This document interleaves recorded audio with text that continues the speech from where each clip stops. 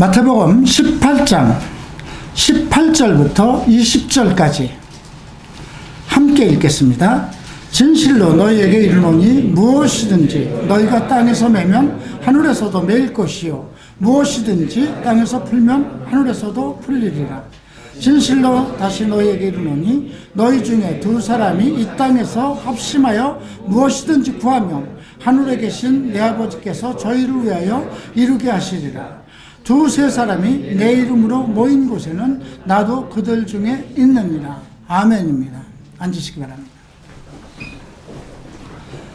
오늘은 죄와 용서에 대한 말씀을 가지고 함께 나누겠습니다. 마태복음 18장은 네 가지 주제로 되어 있습니다. 첫 번째 주제가 7절입니다. 실족에 관한 것입니다.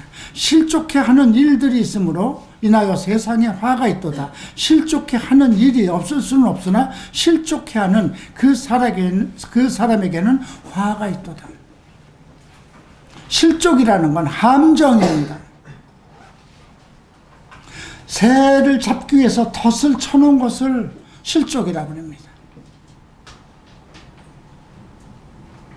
실족해 하는 일이 세상에서는 없을 수는 없다는 거예요. 이건 여러 가지 경우의 수를 언급하고 있는 것입니다. 그러나 실족해 하는 자는 화가 있을 것이다. 차라리 연자맷돌을 걸머지고 바다에 던지올 것이다. 용서하지 않겠다는 것입니다. 형제를 실족하게 하는 자. 여기서는 특별히 소자를 6절에 누구든지 나를 믿는 이 소자 중 하나를 실족해 하면 차라리 연자맷돌을 그 목에 달려오고 깊은 바다에 빠뜨리는 것이 나을 것이다. 소자가 누굴까요? 예수 그리스도를 믿어서 온전히 아직 변화되지 않은 사람. 네. 저놈은 아직 어린애 같아. 우리가 온전해져야 돼. 완전한 자가 될 때까지, 그리스도의 형상을 닮을 때까지 나아가는데, 일단 예수 그리스도를 믿어서 우리 중에 거하는 자들이 아직 하나님의 진리의 말씀을 깨닫지 못해서 범죄할 수밖에 없고 실족하고 어떤 계속 무엇인가에 온전해지지 않은 그 사람을 실족해 하는 경우 있을 수 없다는 겁니다. 용서하지 않겠다는 것입니다. 지도자로서는 성경의 말씀을 바로 가리키지 않아서 성도들이 죄에 얽히고 실족하게 되면 그거 용서 안 하겠다는 것입니다. 여러분들이 형제간에 서로 실족해서 상대를 업신여긴다든가 상대에게 어떤 덫을 놓다든가 진리가 아닌 것을 진리처럼 얘기한다든가 온전치 않은 것을 온전한 것처럼 보인다든가 위선적으로 대하고 가증스러운 행동을 하여서 상대가 실족하였다든가 상대의 영혼을 더럽혔다면 그것도 실족하는 것입니다. 두 번째 주제는 14절에 있습니다. 함께 읽겠습니다. 이와 같이 이 소자 중에 하나도 이루어지는 것은 하늘에 계신 너희 아버지의 뜻이 아니니라. 여기도 소자가 나옵니다. 그죠? 아직 그리스도 안에서 온전치 못한 영혼들을, 그런 사람들이 하나라도 이루어지는 것, 망하는 것은 하나님의 뜻이 아니라는 거예요. 우리가 잘되기 위해서 예수 믿은 거잖아요. 내 영혼이 잘됨과 같이 범사가 잘되고 강건하라 하라는 말씀대로 우리가 내 영혼이 잘되기 위해서 범사의 복을 받기 위해서 예수 믿은 거잖아요. 그런데 그 사람이 망한다면 하나님의 뜻은 아니라는 겁니다. 하나님의 권위가 무너지는 거잖아요. 그 아들 예수 그리스도를 십자가에 내어줌으로 그의 피 흘리심으로 그 형제를 구하신 거거든요.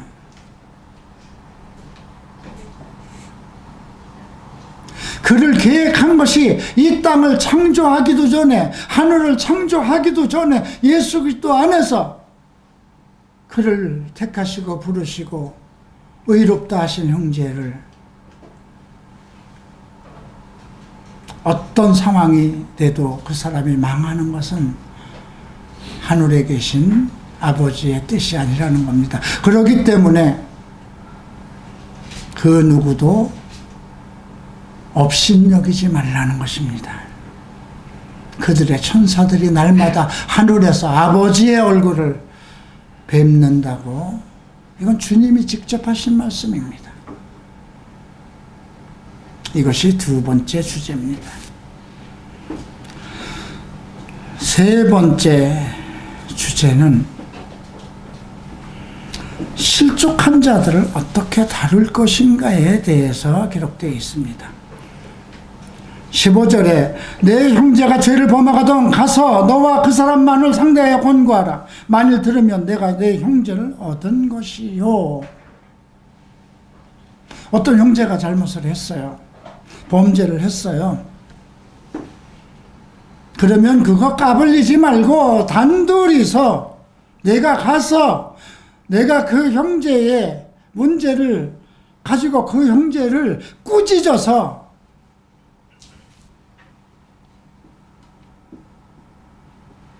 여기서 권고라는 것은 책망이고 꾸짖음입니다.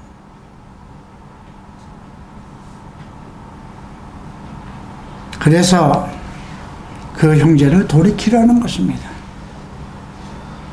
그래도 듣지 않거든, 16절이죠. 만일 듣지 않거든 한두 사람을 데리고 가서 두세 사람의 입으로 말마다 정참케 하라. 그 사람이 회개하지 않는 이유, 그 사람이 변병하는 모든 것에서 정참케 하라는 건, 말마다 정참케 하라는 것은 증거를 입증시키라는 것입니다. 그의 죄에 대해서 입증하라는 겁니다. 이 정참이라는 단어는 재판 용어입니다. 재판은 판결을 모든 법조문에 의해서 그 죄의 목록을 전부 다 들춰내고 그 다음에 판결을 한 후에 기록을 해서 보존합니다. 이것이 정참이 가지고 있는 의미입니다. 2단계까지 오면 안 된다는 것입니다. 첫 번째 단계에서 멈춰야 된다는 것입니다. 주님께서 지금 세 번째 단계를, 세 번째 경우의 수를 넣은 것은 한 영혼이 망하는 것을 막기 위한 제도입니다. 얼마나 큰 사랑입니까? 그만큼 한 영혼이 망하는 것을 주님이 원치 않으신다는 겁니다.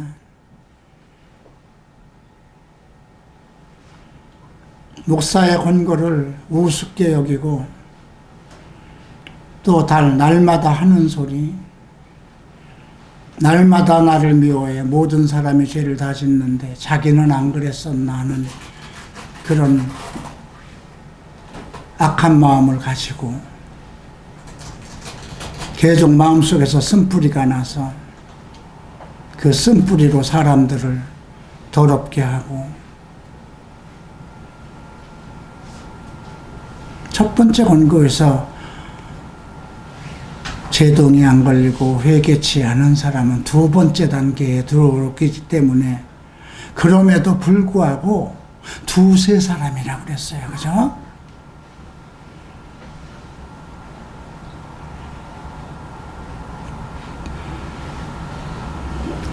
자, 세 번째 17절 봅니다. 만일 그들의 말도 듣지 않거든 교회의 말하고 교회의 말도 듣지 않거든 이방인과 세리같이 여기라.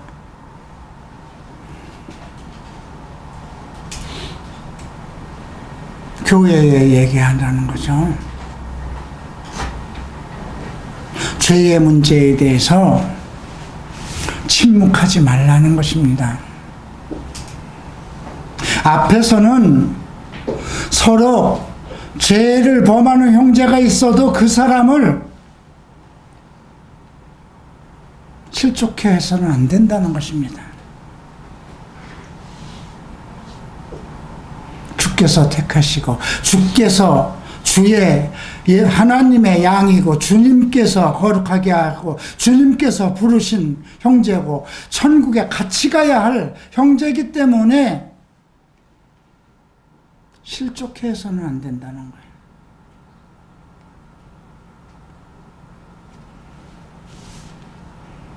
우리가 그 7절 말씀 다음에 나오는 것은 내 손이나 발이나 내 눈이 범죄하거든 뽑아버리고 잘라버리라고 하는 건 무엇일까요?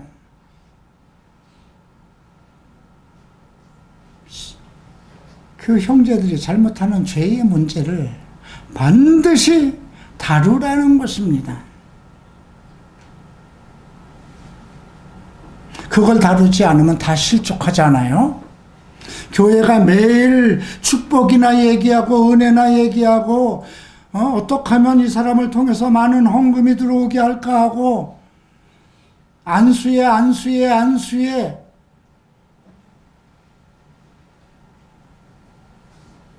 그렇게 해서 형제들이 많은 세상 가운데로 나가고 위선자가 되는 것을 보고도 내버려두면 실족해하는 거잖아요.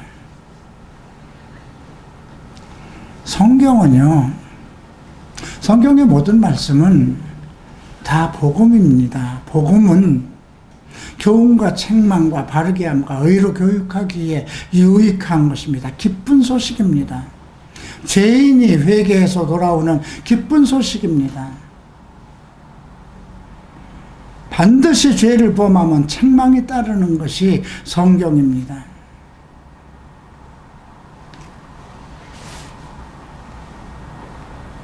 그래서 형제가 범죄하면 단둘이 만나서 그 죄의 문제를 다루는 것입니다. 그래도 듣지 않으면 두세 사람이 그 사람을 말마다 정참하도록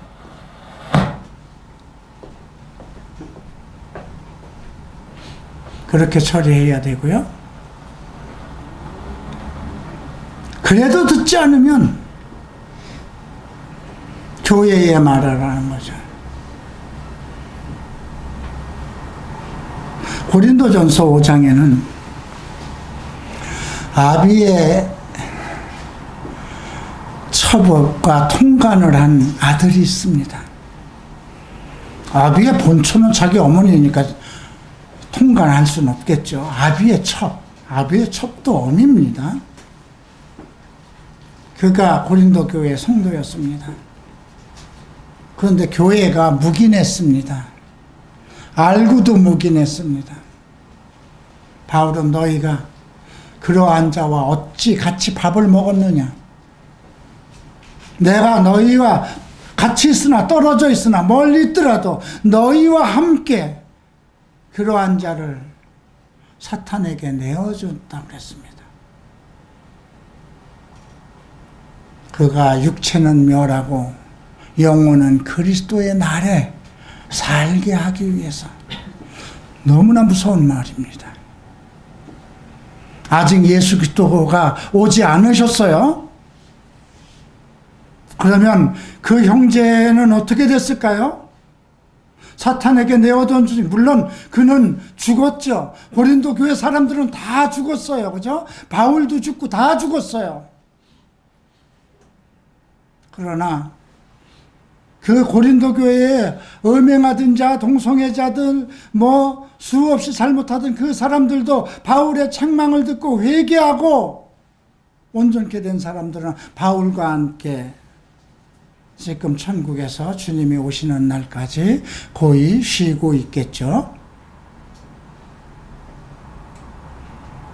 그러나 바울이 교회와 함께 그를 사탄에게 내어 던진 자는 육체는 멸하고 그의 영혼은 그리스도의 날에 구원을 얻게 하기 위함이라 그러면 예수가 오는 날에야 그가 풀려날 수 있다는 겁니다.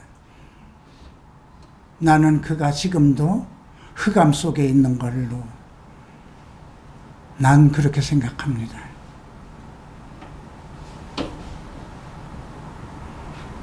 교회에 말한다는 것은 이러한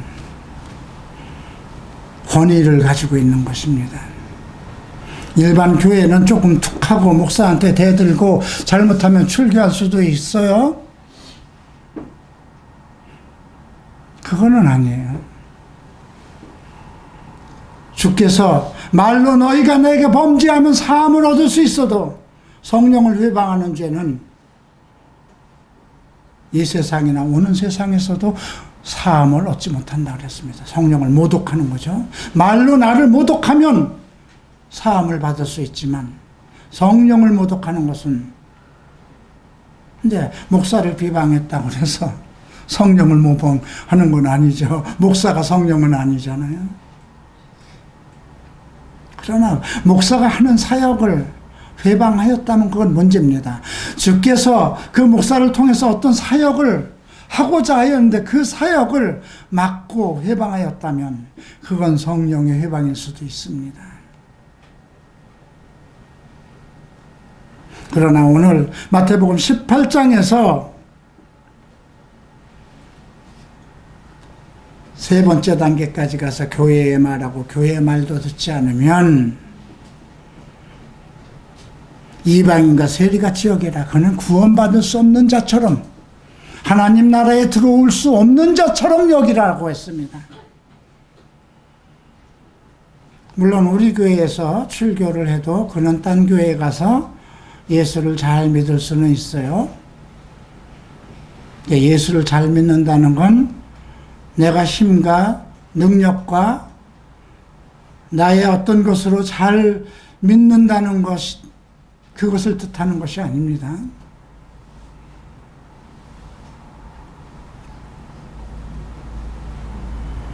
그래서 오늘 이 죄를 다루는 방법, 여기까지 오지 않게 하기 위해서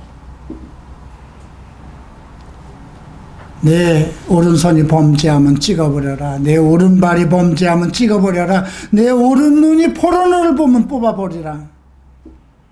내 왼손이 자위를 하면 잘라버려라. 같은 말입니다.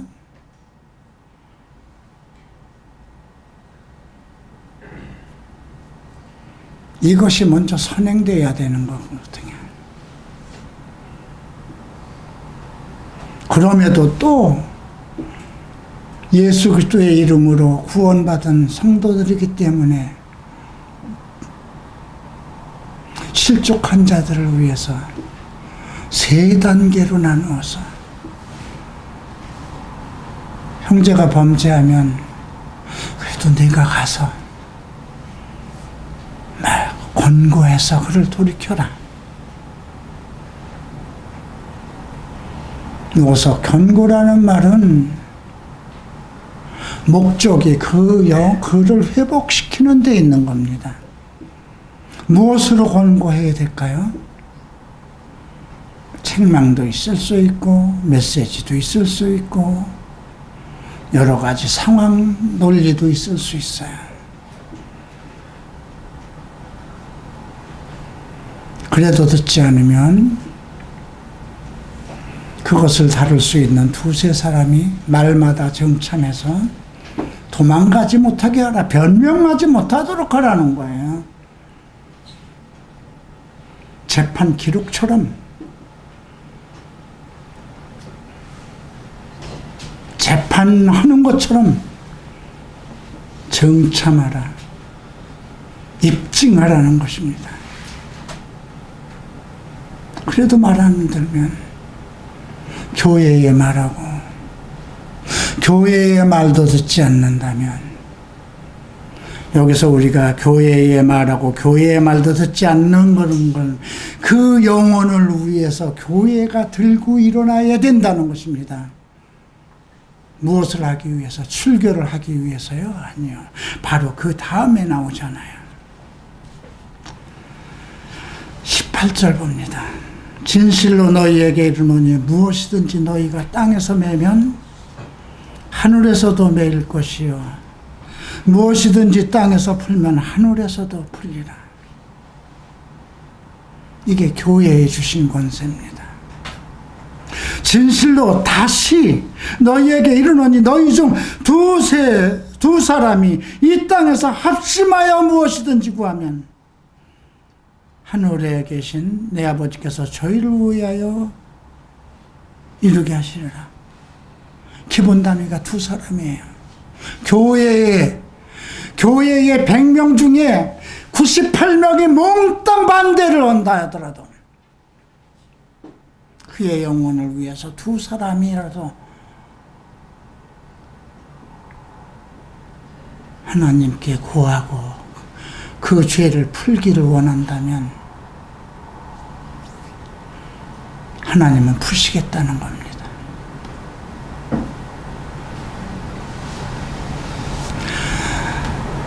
여러분, 이건 인간이 생각할 수 없는 사랑입니다.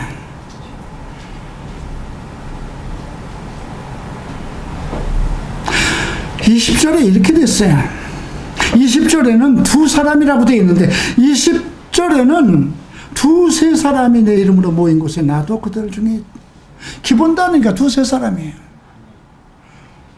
교회가 지금 두세 사람 있는 교회가 어디 있어요? 자기 가족만 해도 두세 사람이 넘는데 왜 교회에 말을 하고 그러고 두세 사람이라고 그랬을까요? 그의 죄가 막중해서 98% 이상이 반대를 한다 하더라도 그의 영혼을 불쌍히 여겨서 그의 죄를 풀기를 원하고 있는 사람들이 두세 사람이 있다면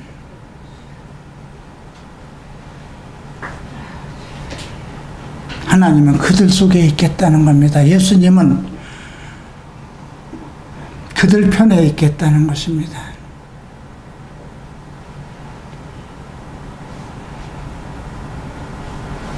네 번째 주제는 뭘까요? 용서하는 법입니다.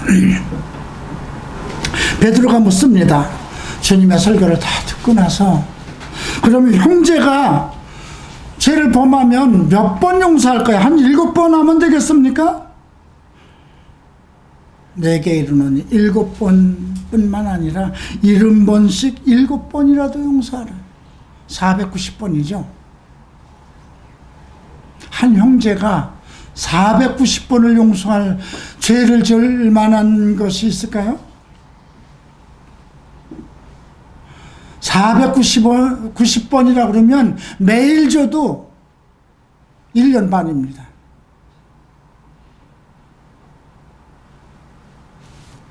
이거는 용서하는 문제는 수리적인 문제가 아니라는 겁니다.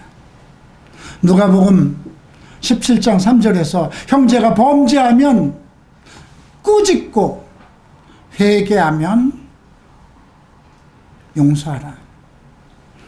하루에 너에게 7번을 범죄하고 돌아와서 회개하였다 하면 용서하라. 하루에 7번이라면 생각해 보세요. 그가 변했다는 증거를 찾을 수 있나요? 없어요. 그러나 회개하였다면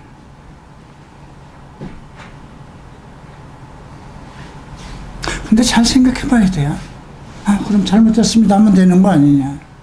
여기서 회개는 주님 앞에 하는 것이기 때문에 주님 앞에 인증을 받는 회개입니다.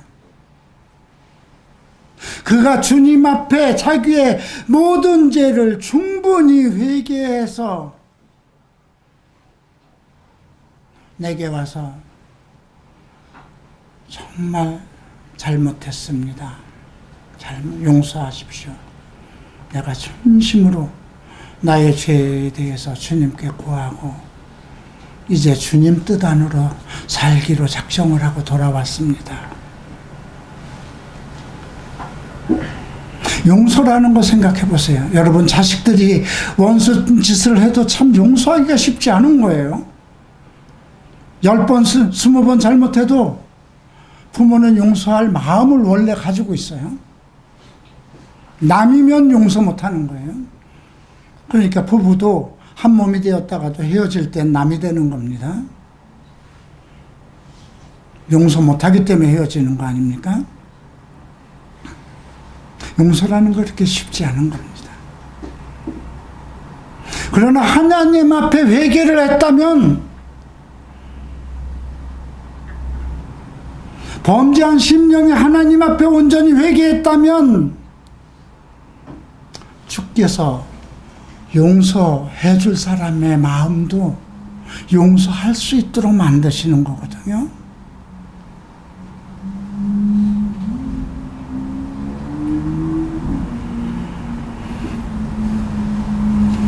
그래서 마지막 절에 이렇게 기록되어 있습니다. 너희가 각각 중심으로, 마음의 중심으로 형제를 용서하지 아니하면 내 하늘에 계신 내 아버지께서도 너희에게 이와 같이 하시리라. 너는 그놈보다 더 나쁜 놈이야, 이거예요.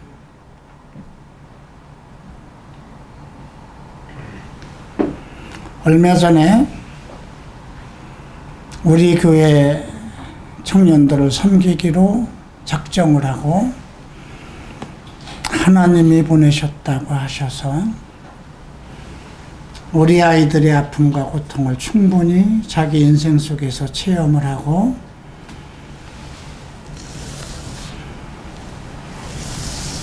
자살한 자기 남편의 영혼을 위로하기 위해서라도 나는 이 교회를 섬겨야 되겠습니다 하고 작정하고 3년을 우리와 함께 하신 분이 있었습니다. 그런데 그분이 목사님은 왜 여러분 성도 중에 범죄한 자가 아직도 가증한 얼굴을 하고 교회에 있는데 그를 공의로 다루지 않으십니까?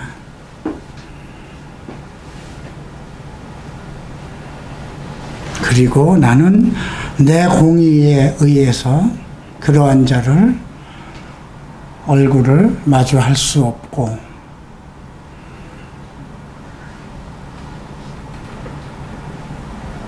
그래서 나갑니다 하고 문자를 보내왔습니다. 그분의 남편은 동성애자였고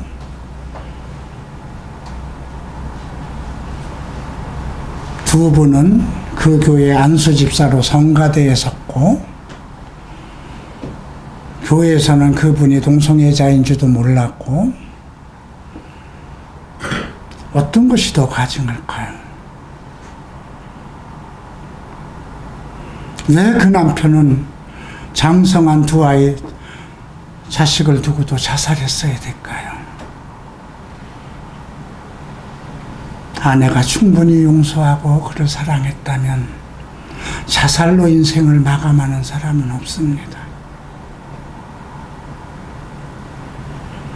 그래도 하나님은 항상 산자의 하나님이시기 때문에 나는 그 여인이 우리 교회에 왔을 때 진심으로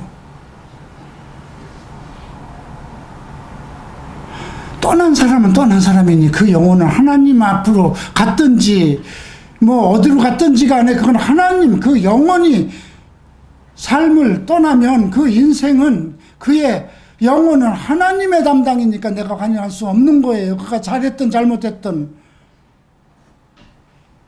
그러나 남아있는 심령이 얼마나 괴로울까 고통스러울까 싶어서 위로로 받아주고 일반 교회에서는 집사커녕 아무 곳에도 세울 수 없는 사람을 아무 자격도 없는 사람을 교육전도사로 세우고 우리 어머니들 속에서 어머니들을 좀 위로해 주시고, 사모가 없는 교회라 아이들 때마다 먹이는 것도 참 어렵습니다. 주방을 좀 관리해 주십시오.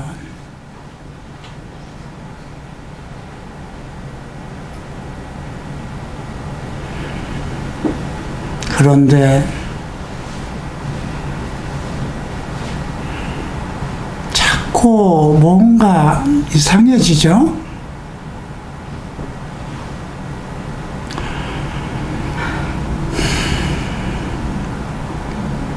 아이들을 주관하려고 하고, 아닌 말이 외부로 나가고, 내가 하지 않은 말들이 외부로 나가고,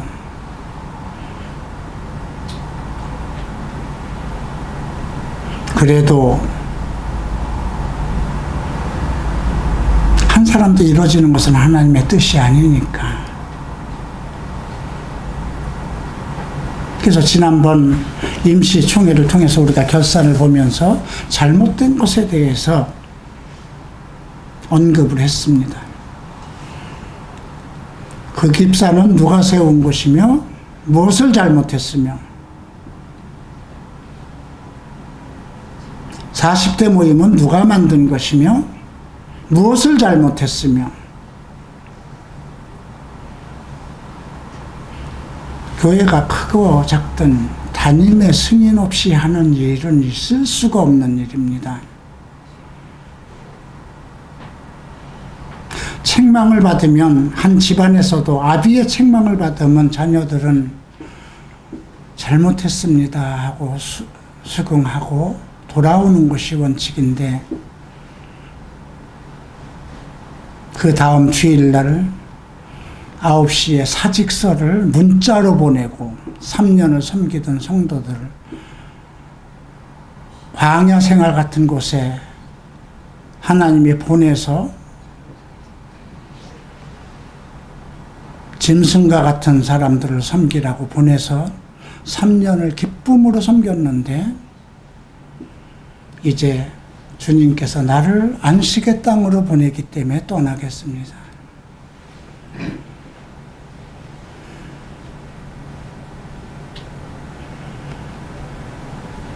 참 폐암 사기 진단을 받고 하루하루 살아가는 것이 힘든 목회자 앞에 내가 가지고 있는 질병의 고통보다 더 아픈 것이었습니다. 내가 이것도 겪어야 되는 것이구나.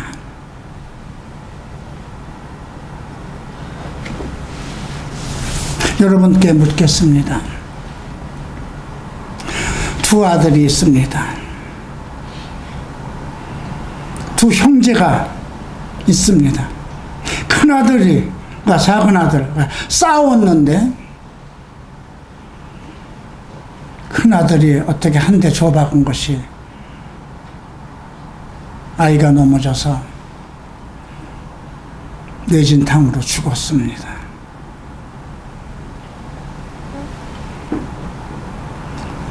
법대로라면 살인한 자니까 집안 어른들은 그놈도 죽어야 된다. 이것이 율법입니다.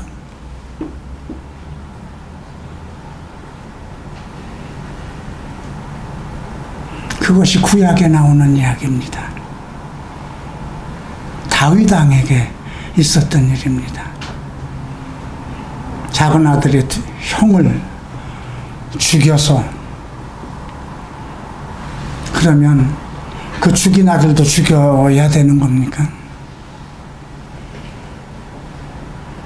그러면 그 어미는, 그 아비는 두 아들을 다 잃는 거 아닙니까? 하나님은 산자의 하나님입니다. 하나님은 생명을 귀히 여기는 것입니다. 우리 중에 아직 소자인 애들이 완숙하지 못하고 온전케 되지 못하고 아직 죄 속에서 있는 아이들이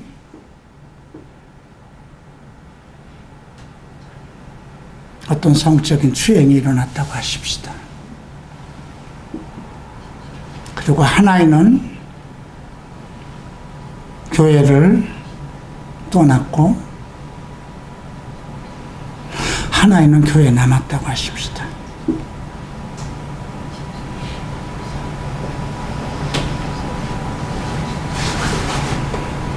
목사로서 둘을 다 내쫓아야 되는 걸까요?